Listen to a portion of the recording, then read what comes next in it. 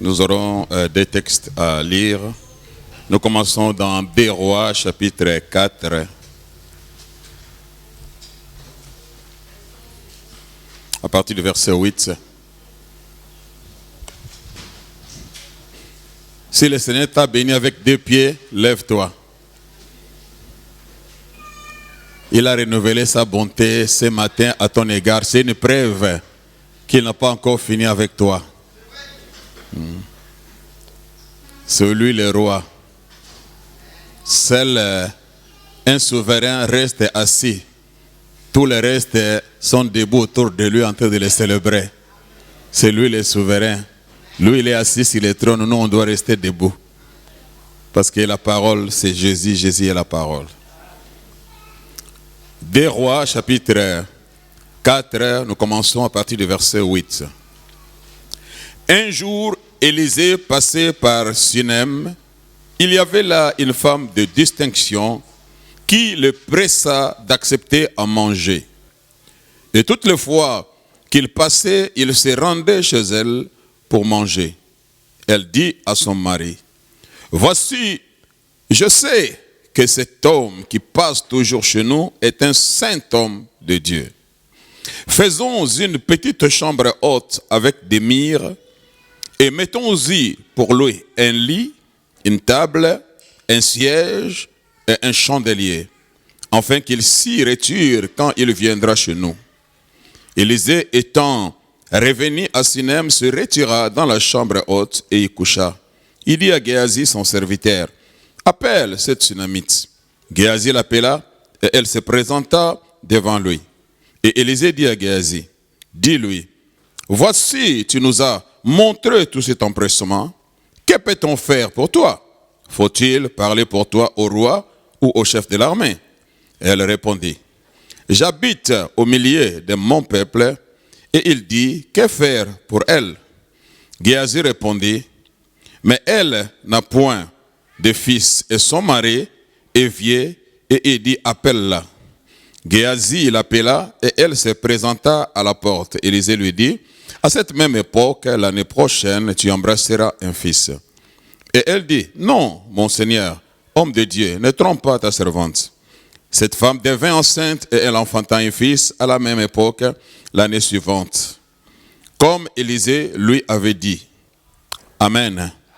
Et nous lirons également dans Philippiens, chapitre 1. Je prends le verset 5.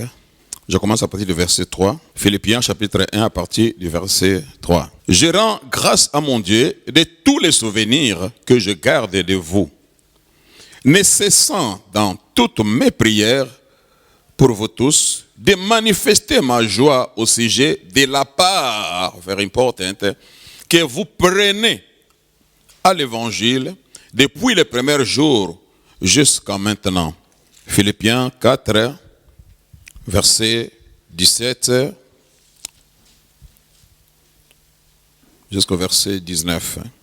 « Ce n'est pas que je recherche les dons, mais je cherche les fruits qui abondent pour votre compte. J'ai tout reçu et je suis dans l'abondance. J'ai été comblé de biens en recevant par Épaphrodite ce qui vient de vous comme un parfum de bonne odeur, un sacrifice que Dieu accepte et qui lui est agréable. » Verset 19. « Et mon Dieu pourvoira à tous vos besoins selon sa grande richesse avec gloire en Jésus-Christ. À notre Dieu et Père soit la gloire au siècle des siècles.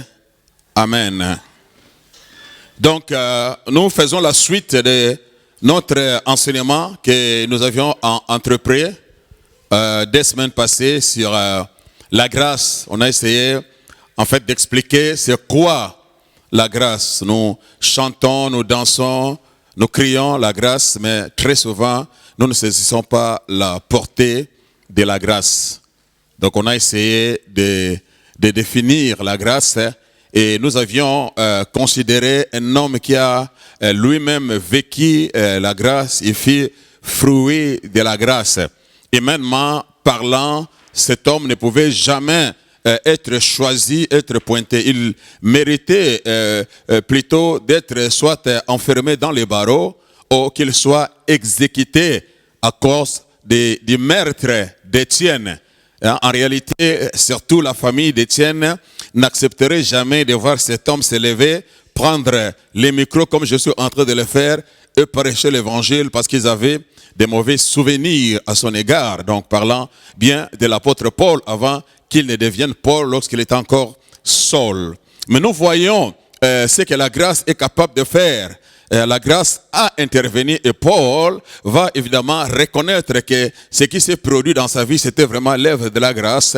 On a essayé de définir la grâce en grec pour comprendre. On a parlé des charismes, on a parlé des charismas, on a parlé des charismata, qui est les charismas ou les charismata, qui est les dons au singulier ou don au pluriel, émane des charismes qui est la grâce. Donc en d'autres mots, c'est la grâce qui est la mère qui accouche les dons en nous. À chaque fois que tu vois une personne porter un don de Dieu, une grâce de Dieu, souviens-toi bien que la grâce a intervenu. Donc la personne n'a rien à voir. Ce n'est pas vraiment à cause de nos efforts, mais sachez-le que la grâce qui est une partie de Dieu lui-même a intervenu et la grâce qui est une partie de Dieu lui-même est dans la personne. Et lorsque nous honorons, nous respectons la personne, en réalité ce n'est pas la personne en tant qu'être humain que nous honorons, que nous respectons, mais nous honorons la grâce, la faveur qui est en la personne. C'est pour cela, il peut être moins âgé, un pasteur peut être moins âgé que l'assemblée, mais on lui donne le respect qui lui est dû, pas par rapport à son âge, mais par rapport à la grâce dont il est porteur. You understand? Et lorsqu'on a la révélation, c'est pour cela que vous allez voir que dans l'Ancien Testament, les gens avaient une autre perception des choses. Ils savaient honorer, respecter les gens qui étaient porteurs de grâce. Et j'ai vu ça évidemment aussi en Afrique. En Afrique aussi, évidemment, les gens ont une vision différente par rapport aux gens qui vivent en Europe. Je ne sais pas si c'est les démons qui font ça, mais ici les gens n'ont pas de considération à l'égard des serviteurs de Dieu. Plutôt, ils sont devenus vraiment des objets de moquerie. Quoique, il y en a qui abusent. Mais il faut savoir que quand il y a des faux dollars, parce que le vrai dollar existe. Donc si on parle des faux dollars, parce que le vrai existe. Si on parle des faux serviteurs, parce que des vrais existent. Donc il ne faut pas mettre tout le monde dans le même sac. Et surtout nous qui sommes dans l'église, qui connaissons le Seigneur, et nous avons une autre perception. Donc on ne peut pas se laisser influencer, empoisonner par notre environnement. Quand on est dans le Seigneur, on a une autre vision, on a une autre perception. Tu es le sel de la terre. Le sel exerce toujours son influence partout où vous le mettez. Si vous en mettez de trop, vous allez constater que il occupe toute la marmite et les gens ne peuvent plus manger parce qu'il est trop influent. Donc, on nous compare avec le sel, c'est-à-dire un chrétien doit être une personne d'influence par son style de vie, par sa façon d'être. Il apporte la lumière partout où il va. C'est ça être un chrétien. Donc si tu n'arrives pas à influencer ton monde, c'est que quelque chose ne va pas dans ta vie. Un chrétien n'est pas comme tout le monde. Il est comparé au sel de la terre, il est comparé à la lumière. Et ces deux éléments exercent toujours une influence. L'environnement, l'endroit peut être couvert de ténèbres, mais lorsque vous appuyez sur l'interrupteur, vous allez voir tout de suite les ténèbres sont chassées et la lumière, lui. C'est ça un chrétien. C'est-à-dire lorsque tu pars quelque part, les gens doivent sentir qu'il y a un être étranger, il y a une personne qui est différente, qui parle différemment, qui agit différemment, qui se comporte différemment. Do you understand? Parce qu'il est d'une race différente. Il est de la race de Jésus. Jésus-Christ est lui-même lumière. Et il ne produit que des lumières que nous sommes. Quelqu'un comprend ce que je dis? Et l'apôtre Paul a dit quelque chose de très important que chacun d'entre nous doit comprendre et garder en lui pour nous éviter de nous enorgueillir. Parce que l'orgueil est un virus très dangereux qui nous disqualifie. Je récapitule, je dis l'orgueil est un virus très dangereux qui nous disqualifie et qui rappelle toujours à Dieu l'œuvre que Lucifer a accomplie.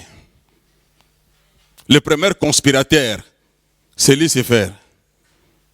Il voulait élever son trône au-dessus du trône de Dieu, c'est-à-dire faire un coup d'État. Ça ne date pas d'aujourd'hui le coup d'État, c'est Lucifer qui a commencé ça.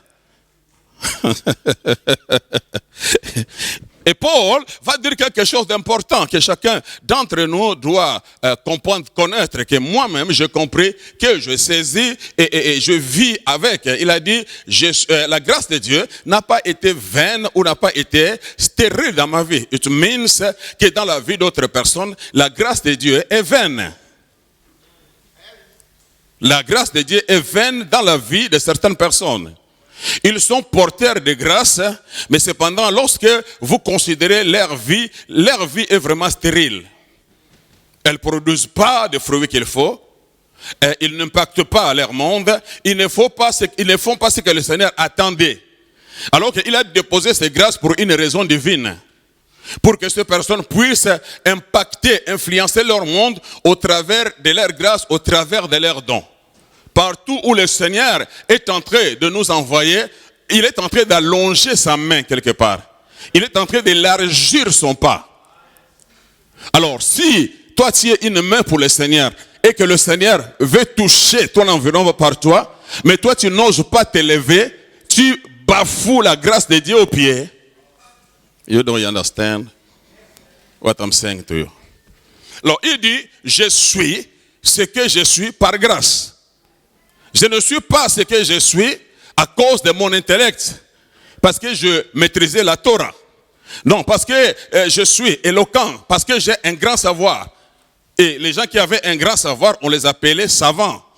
Et le commentateur dit que l'apôtre Paul fut un savant, parce qu'il fut un homme avec un grand savoir. Mais ce n'est pas son grand savoir qui a fait de lui apôtre. Mais il dit, je suis ce que je suis grâce, c'est par grâce.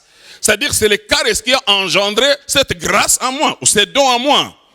Donc ne me regardez pas comme je suis une personne différente. Ne me regardez pas comme si je suis devenu ce que je suis devenu par ma force, par mon énergie. Non, c'est grâce, c'est charisme qui a engendré ces dons en moi. Donc s'il y a quelqu'un qui doit être élevé, glorifié, c'est celui qui a déposé cette grâce en moi.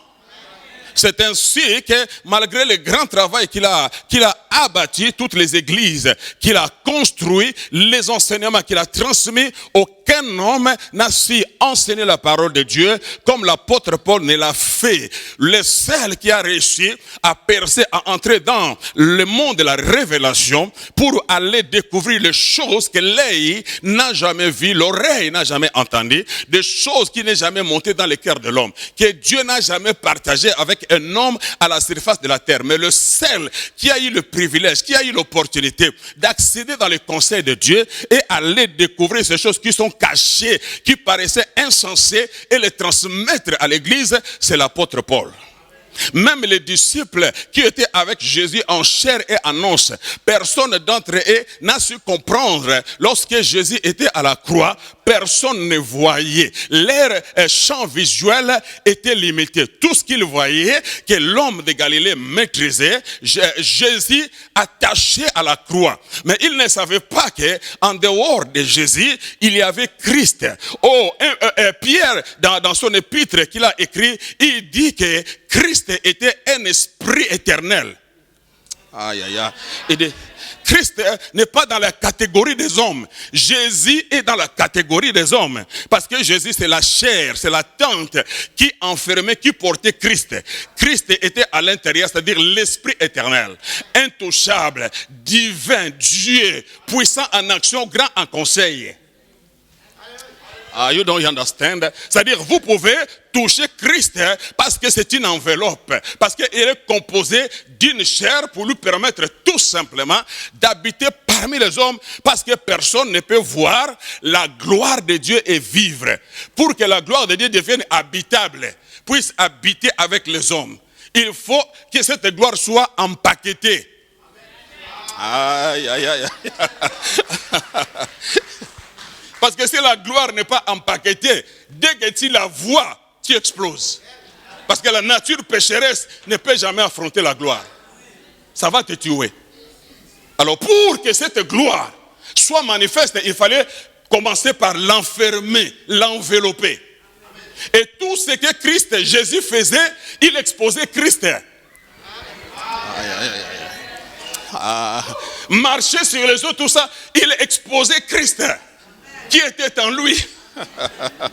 Oh my God, you don't understand what I'm saying. C'est ça le mystère, l'esprit de Christ. C'est pourquoi la Bible dit même les prophètes qui ont parlé dans l'Ancien Testament, et ils étaient sous la grâce, mais l'esprit de Christ était en eux. You don't understand. Christ était en eux. Christ les conduisait. Christ les révélait des choses. La Bible dit dans 1 Pierre là, il disait des choses concernant la souffrance de Jésus, concernant la gloire que Jésus méritait. Mais sans qu'il ne connaisse Jésus en chair et en os. Il parle de lui inconsciemment parce que l'esprit de Christ était en eux. Oh my God, you don't understand what I'm saying to you. Oh, dis à ton voisin, je suis ce que je suis par grâce. Tu es ce que tu es par grâce. Par grâce, dites-le bien, par grâce. Arrête de combattre ton frère. Dis à ton, arrête de combattre ton frère. Si c'est une sœur, dis-le, arrête de combattre ta sœur. Tout est grâce. On doit reconnaître les différentes grâces que Dieu nous donne. Et cette grâce doit contribuer pour l'épanouissement de l'œuvre de Dieu, pour la croissance de l'Église. Chacun d'entre nous doit disposer de sa grâce, doit mettre sa grâce en évidence, afin de permettre à l'œuvre de Dieu d'aller de l'avant. On est différents, on a des grâces différentes. On peut tous prier, mais il y a des gens qui peuvent prier pendant des heures et des heures, ils ne se fatiguent pas et ils trouvent toujours un mot à dire, ils trouvent toujours des sujets. Mais il y a des gens, lorsque vous les mettez là, en tout cas maximum 20 minutes. 21 minutes, vous allez sentir.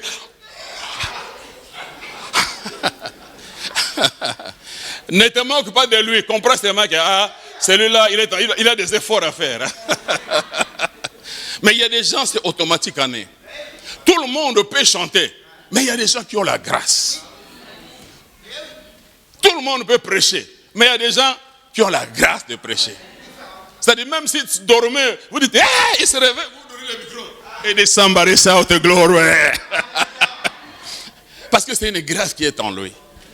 Vous sentez vous-même qu'il ne force pas. Il y a des gens qui ont la grâce d'administrer. C'est-à-dire, l'administration, c'est dans le sang. Quand il prend quelque chose pour organiser, structurer, vous sentez vraiment que c'est professionnel. Il y a des gens qui ont la grâce de manager. Ils savent manager. Ils font les choses correctement. C'est dans l'excellence. Parce que c'est sa grâce. Il y a des gens qui ont une grâce de former. Lorsqu'il place les gens autour de lui, les gens sont à ses pieds, selon les termes bibliques. Après 6 mois, vous l'entendez, vous sentez vraiment, il sort d'une école. J'ai lu la présentation des Fables, parce qu'on travaille dans l'unité, le corps du Christ. Elle reconnaît la grâce et dit que j'ai mon vieux.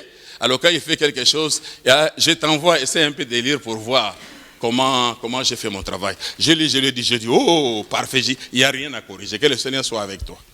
Parce qu'il était au pied d'un homme qui a la grâce, qui a le charisme, en l'occurrence, Dr Kama, c'est un bon enseignant. Ça c'est sa grâce. Depuis le Congo, il ne fait que ça. Il fait que former les serviteurs de Dieu. Il faut reconnaître la grâce. Et si toi tu dis, qui il est, lui, moi aussi, je suis docteur, je ne peux pas l'écouter. Tu passes à côté de la plaque. Il ne s'agit pas de lui, il s'agit du royaume. C'est une grâce que Dieu dispose pour nous tous, pour que nous puissions en profiter. Amen. My God. Docteur, mon besoin, il est plus dans la révélation. On se complète. Un jour, il regarde mon épouse, il dit, j'étais parti chez le pasteur, le thème qu'on avait abordé, c'était sur la prolongation. Prolongation, hein? Moi, mon thème était l'arbitre par excellence. Parce que pour qu'il y ait prolongation, il faut que l'arbitre décide. Il me dit, mais docteur, qu'est-ce que j'ai dit, l'arbitre par excellence? Attends, il a regardé maman Déby. mobile non mutué bébé, c'est la raté. Comment il peut raisonner comme ça? Parce que c'est plus chacun a sa grâce. Et on s'aime bien, on se complète. Et quand on fait équipe avec lui, même en Angola, les gens ont dit non, on n'a jamais vu des serviteurs de Dieu travailler de la sorte, se compléter de la sorte. J'apprécie son humilité, il apprécie mon humilité. Parce que je sais que je suis ce que je suis par grâce. Je ne suis pas mieux que les autres. Non, chacun a sa grâce. Do you understand what I'm saying to you? Jésus, le plus grand, mais il a reconnu la petite grâce que portait Jean-Baptiste. Jean-Baptiste, d'après lui, il a dit non, c'est pratiquement impossible. Tu es trop fort, tu es trop puissant, tu es mon créateur. Je suis une créature, tu es Emmanuel. Dieu matérialisé, l'invisible devenu visible. Je ne suis pas digne même de toucher même les courroies de tes sandales. Do you understand what I'm saying to you? Donc c'est pas à moi de te baptiser, c'est à toi de me baptiser. Et dit non, on doit laisser ce qui est convenable, ce qui a été décidé par le ciel, c'est réalisé. Le ciel a décidé ainsi que dans ta petitesse, tu dois me plonger dans l'eau. Voici ma tête, plonge-moi. Quelle humilité! Do you understand what I'm saying to you? Si mon maître et mon Seigneur, notre exemple, la tête de l'église, a su reconnaître la grâce que portait Jean-Baptiste, qui es-tu pour bafouer la grâce des autres? Nous devons reconnaître la grâce des autres. Dis à ton voisin, je t'aime. Dis à ton frère, je t'aime, à ta soeur, je t'aime. Nous sommes une famille. Je t'apprécie, j'apprécie ta grâce. Arrêtons de nous battre. Ces choses n'ont pas sa place dans l'église. Arrêtons de nous entretuer. Arrêtons la concurrence. Ça sent l'enfer. Ça sent le diable. Ça sent la sorcellerie. Apprenons à encourager les autres. Apprécie celui qui a été choisi pour être leader d'un département. Apprécie-les. Encourage-les. Même s'il y a petites erreurs, mais encourage-les. C'est question de temps, il va s'améliorer. Oh God, help me somebody. To Jesus be the glory. Et l'apôtre Paul entre dans son appel, il entre dans son ministère. Et il va se diriger donc vers l'église de Philippe. Et lorsqu'il écrit la lettre, nous comprenons bien la pensée de l'apôtre Paul, cet homme qui devrait aller de lieu en lieu, prêchant l'évangile, gagnant les âmes, construisant des églises. Un ministère important, un ministère qui exigeait les moyens, parce que l'évangile ne peut pas aller vers les nations. L'évangile ne peut pas être propagé correctement. Une église ne peut pas atteindre son objectif s'il n'y a pas de moyens, s'il n'y a pas de finances. C'est pratiquement impossible. Des grands leaders avec des grands dons, mais ont été enterrés, ensevelis avec leurs dons, avec leur grâce, avec leur créativité, parce qu'il n'a pas eu de moyens en fait de leur permettre de matérialiser ce qui était en eux. J'ai dit qu'on peut avoir une grande vision, on peut avoir une grande onction, mais s'il n'y a pas de moyens pour nous accompagner dans ce que nous avons à faire, nous allons échouer lamentablement. L'argent est important. Je dis l'argent est important. Je lisais ma Bible, pasteur, un jour j'étais choqué, j'ai dit, ah Seigneur, il y a des choses que nous ignorons. Jésus, il vient dans les temples et il trouve qu'il y avait des gens qui avaient fait de l'église un business. C'était pas mauvais parce que les gens venaient de partout à Jérusalem pendant de grandes fêtes pour faire des sacrifices. Donc il n'y avait pas moyen d'amener avec eux des animaux. Donc il y a eu maintenant des commerçants qui étaient là vendre des animaux, permettre à toutes ces personnes d'acheter. Donc ils ont fait aussi des comptoirs d'échange parce que les gens venaient de partout. Et ce n'était pas n'importe quelle monnaie qui était acceptée. Donc il fallait qu'il y ait des changeurs de monnaie, en fait de leur permettre d'échanger leurs devises. You understand? Alors un jour, maintenant la Bible dit, Jésus vient dans le temple. Et le temple là n'était plus comme le temple de Salomon. Dans le temple de Salomon, il y avait l'arche de l'alliance qui symbolisait la gloire, la présence majestueuse de Dieu. Et quand l'arche de l'alliance, la gloire majestueuse de Dieu, on ne peut pas entrer dans ce temple n'importe comment. On ne peut pas faire de n'importe quoi dans ce temple. Dans le Saint des Saints, même la personne qui est qualifiée, choisie par Dieu pour accéder dans le Saint des Saints, s'il n'est pas en ordre, s'il y a un péché en lui qu'il avait caché, lorsqu'il accède dans le Saint des Saints, il va être frappé. Le bâton du jugement de Dieu tombera sur lui. L'épée qui tenait les deux chérubins, qui symbolisait la présence de Dieu. Parce que Dieu était, dans l'arche de l'alliance, il y avait ce qu'on appelait couvercle ou propitiatoire. Et au-dessus, il y avait les deux chérubins. Oh, les deux chérubins, ce sont les gardiens des biens de Dieu. Ils protègent le bien de Dieu. Quand on a chassé Adam du jardin, il a mis des chérubins avec, la Bible dit, les épées à la main.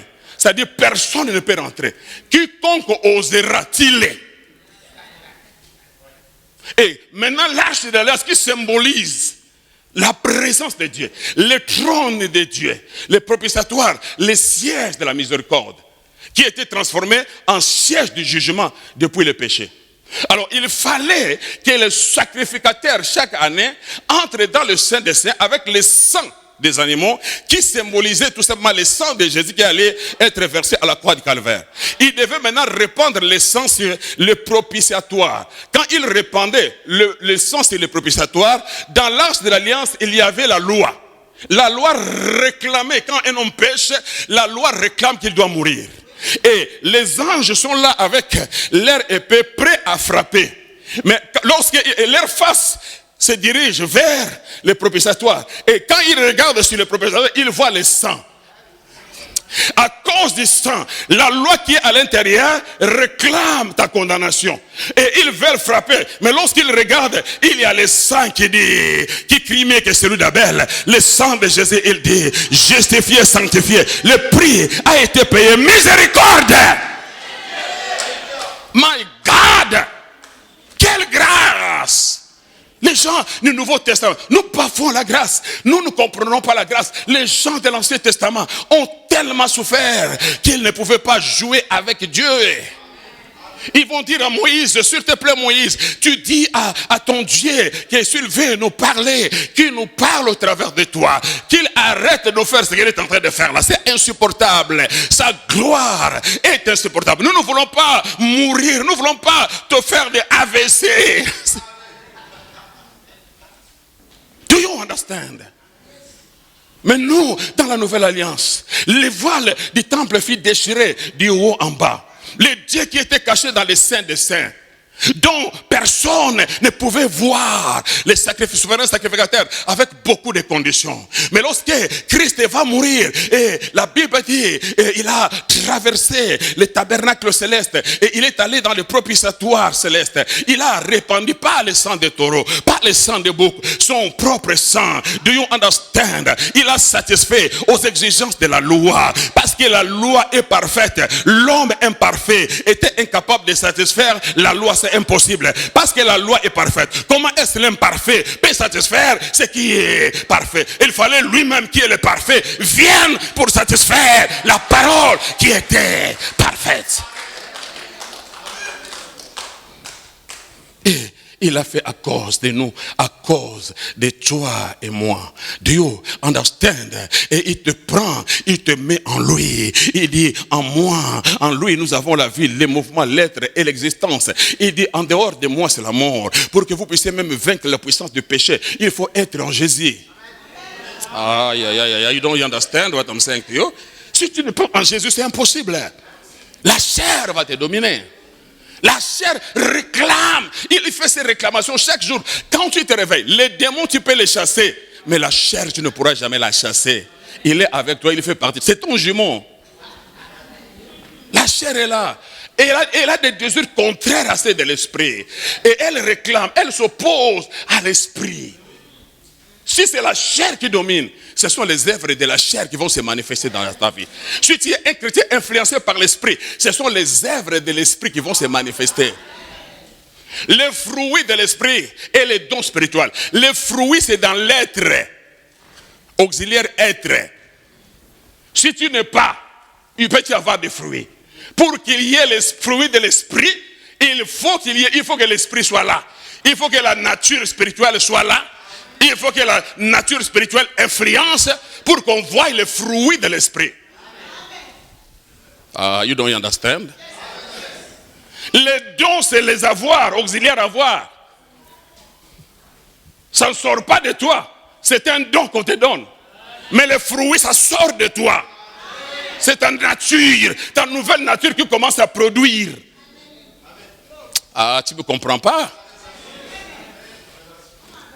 Donc tu ne peux pas te jouir dans le péché.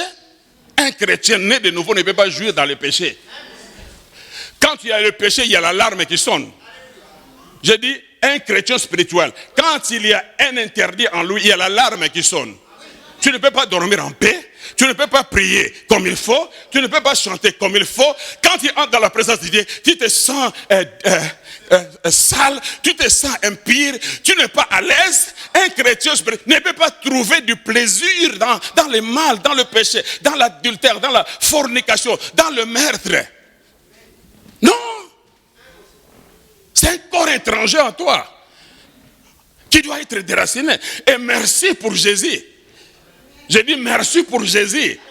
Parce que c'est ça qu'on continue à crier. Si c'était dans l'Ancien Testament, c'est le jugement de Dieu qui tombe. Mais à cause du sang de Jésus, à cause du sang qui est créé, le Seigneur t'appelle et te donne l'opportunité de te repentir sincèrement, afin de commencer ta marche avec lui. Oh, quelqu'un lève la main et dit glory be to God. Et l'apôtre Paul, lorsqu'il vient, l'église de Corinthe va identifier la grâce. C'est très important. Lorsque tu es dans une assemblée, tu dois identifier la grâce qui caractérise ton assemblée, qui caractérise ton prophète, l'homme choisi par Dieu. Tout est grâce. Ça n'a rien à voir avec notre tête, ça n'a rien à voir avec notre démarche, ça n'a rien à voir avec notre famille, ça n'a rien à voir avec notre capacité intellectuelle. C'est l'élection de Dieu qui a fait que les choses soient ainsi. Je ne peux l'expliquer, je dis c'est l'élection de Dieu. C'est Dieu lui-même qui fait son œuvre au travers de moi. Pasteur Charlemagne avait dit le jour où j'avais précédé, mais qui aurait crié à ce jeune homme? Nous tous nous étions là, dit, c'est un maladif. Il ne peut même pas aller à l'université parce qu'il est tout le temps malade. Mais la grâce de Dieu a fait de moi ce que je suis. C'est Dieu. Je suis allé faire un séminaire à Londres et puis à la fin, il faut dire, oh pasteur, c'était fabuleux même. Bon, tu vois, vous les universitaires, le français là c'est un peu, you know, si tu peux baisser encore, je dis, Seigneur, tu es beau. Hein? L'université du Saint-Esprit. Oui, c'est possible avec Dieu, I'm telling you. Je dis c'est possible avec Dieu. Oh, you don't understand? C'est la grâce. Quand tu comprends et tu t'ouvres à la grâce va te prendre au pied de la croix et te faire asseoir au sommet de la montagne. La grâce va faire de toi un signe dans ta génération. En fait que les gens voient ce que Dieu est capable de faire, de réaliser. My God!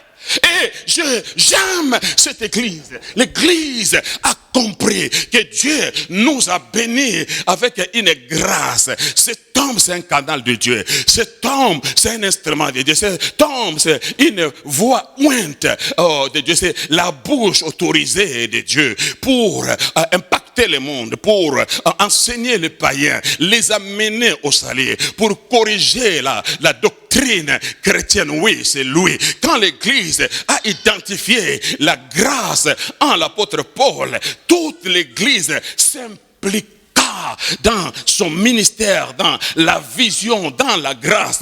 Ils ont compris que tout est grâce.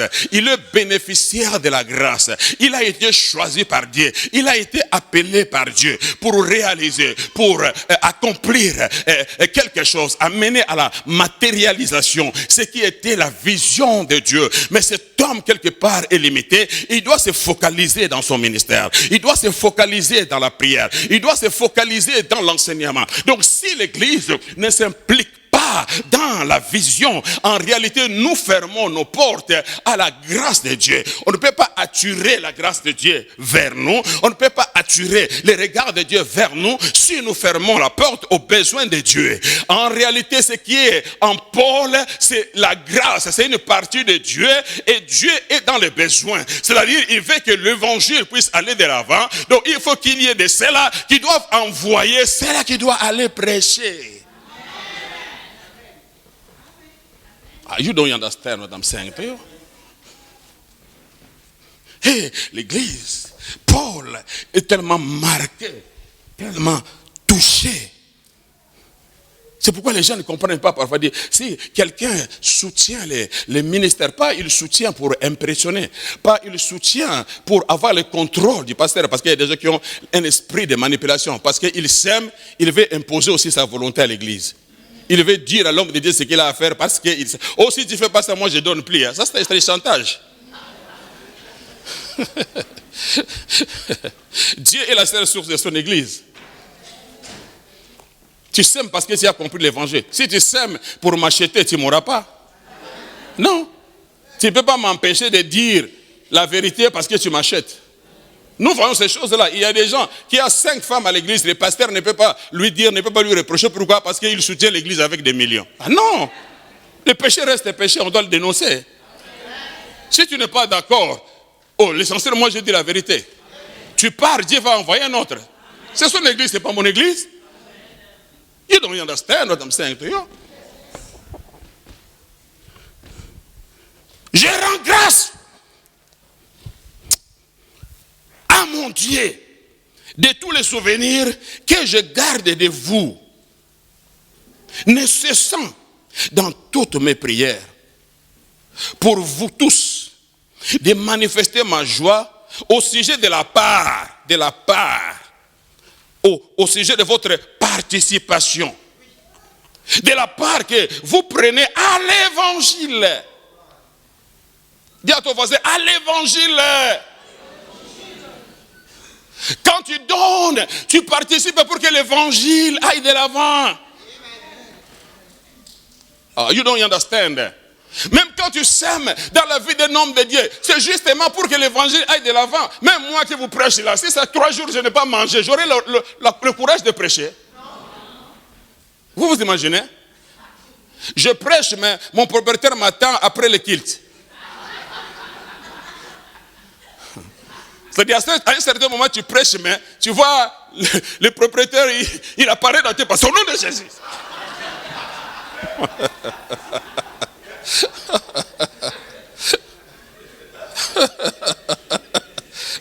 I'm telling you, vous ne savez pas les choses que les hommes de Dieu vivent. Hein? Parce que le propriétaire, lui, même si vous parlez en langue, il dit interprète. Interprétation, c'est signer le chèque. C'est ça. Je m'en fous. Hein? Un jour, on m'a dit, pasteur Germain était déplacé, c'est Émilie qui me disait, puis le propriétaire est venu chercher son argent. Il a dit, oh l'église, il dit, je ne connais pas l'église. Je ne connais pas l'église. C'est M. Soukou. J'ai affaire avec M. Soukou. Mais madame, désolé, moi c'est M. Soukou. J'ai besoin, reste m'a dit merci, M. Soukou n'était pas là. Sinon, il allait le prendre en otage. Mais je t'amène chez moi jusqu'à ce qu'il vous paye mon chèque. Heureusement, ma Marita était là. Dieu merci pour des gens qui ont compris l'importance de l'évangile, qui ont compris la grâce et qui investissent dans la grâce. Ma Marita a dit, combien on doit le payer? Mais si on peut te faire un chèque, il dit oui, faites-moi un chèque. Et c'est ma Marita qui est rentrée à la maison pour aller chercher son chèque, son chéquier, et il a fait un chèque à ce messieurs. Pour que la porte de l'église ne soit pas fermée, et que toi tu viennes recevoir seulement l'évangile, et tu dis seulement amen, tu rentres chez toi. You understand what I'm saying to you?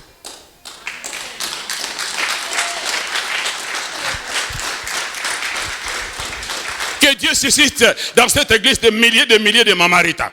Je dis que Dieu suscite dans cette église de milliers de mamaritas, des gens qui comprennent l'importance de l'évangile. Il ne s'agit pas de Mobejo, il ne s'agit pas de Gilbert Soukou, il ne s'agit pas de Charlemagne Soukou, il s'agit de Jésus, il s'agit du royaume de Dieu. Quand tu investis dans les royaumes et tu attires l'attention du grand roi. Certains sont nés pour ça. Tu es né que pour soutenir l'œuvre de Dieu. Ne regrette jamais de ce que tu as fait. Je dis ne regrette jamais.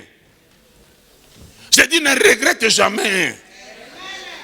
Quand tu plantes ta semence, tu t'arrêtes là. Le reste, ce n'est pas ton problème. Laissez la vie, c'est l'acte là qui est agréé. C'est ça le parfum qui monte vers le trône de Dieu. Ce parfum-là sent l'odeur de ta vie.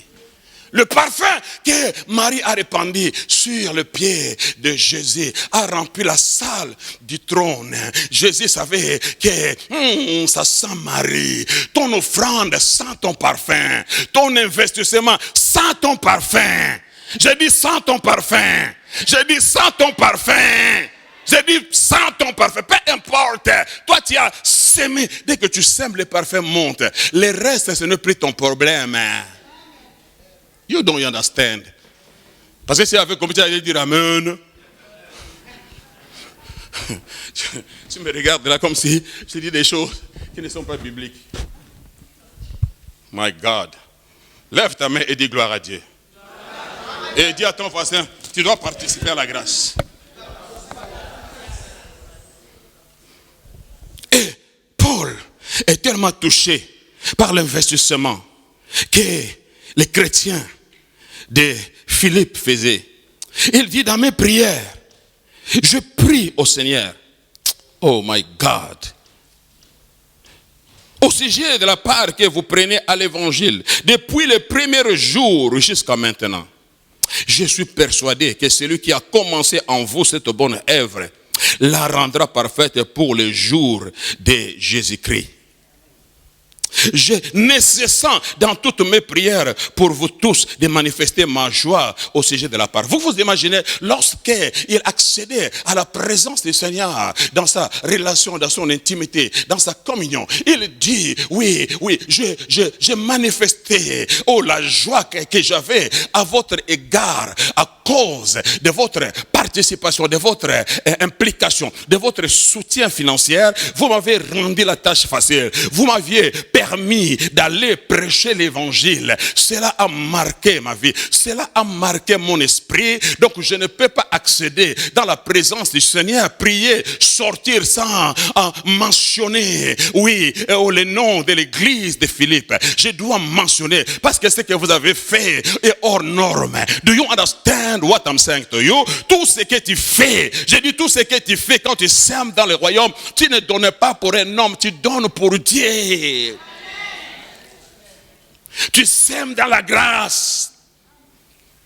Parce que tu as identifié la grâce. Tu as reconnu la grâce. Tu aimes la grâce, tu portes la grâce. Que Dieu dispose pour ton bien-être. Ce n'est pas le fruit du hasard qu'on soit là. Un homme a écouté la voix de Dieu. Il a obéi à la voix de Dieu. C'est pourquoi la grâce de l'Éternel existe. Ne soyez pas insensés. Que le diable ne puisse pas vous décevoir. Les gens croient que le fait seulement que je commence une église et puis les gens viennent comme cela. Je connais des gens qui, il fête 16e anniversaire de son église, mais il n'a que 10 personnes. You understand? C'est vrai. Et la plupart des églises, de ces hommes de Dieu que vous voyez parfois quand il y a une manifestation, qui viennent là avec des vestes où il est là, avec des croix, col blanc, des grosses bibles là. Vous les suivez-les de près. Certains, les membres effectifs, 7 personnes. Je vous dis, c'est pas facile là. C'est pas du gâteau. Quand vous venez là, vous voyez tout ce monde là, vous croyez que c'est facile. Alors moi aussi, je peux sortir, aller commencer. Vas-y. J'ai dit, vas-y. Tu vas perdre tous les cheveux qui te restent là. Vas-y. Vas-y.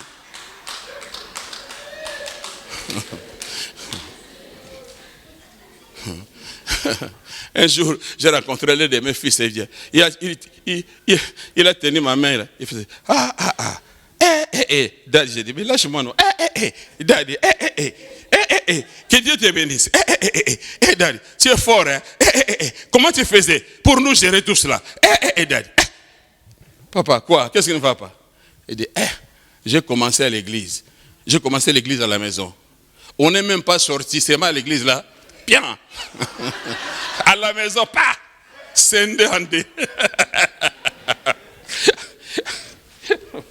Pour comprendre que ce n'est pas facile, tout est grâce. Si ce n'est pas ta grâce, n'ose pas. J'ai dit n'ose pas. J'ai dit n'ose pas. Tu vas perdre ton éclat, ta beauté là. J'ai dit tu vas perdre ton éclat. Le ministère. Oh, je suis dans la prière. Non, pas la prière. Ça chauffe. Oh my God. Bon, je dois avancer parce que...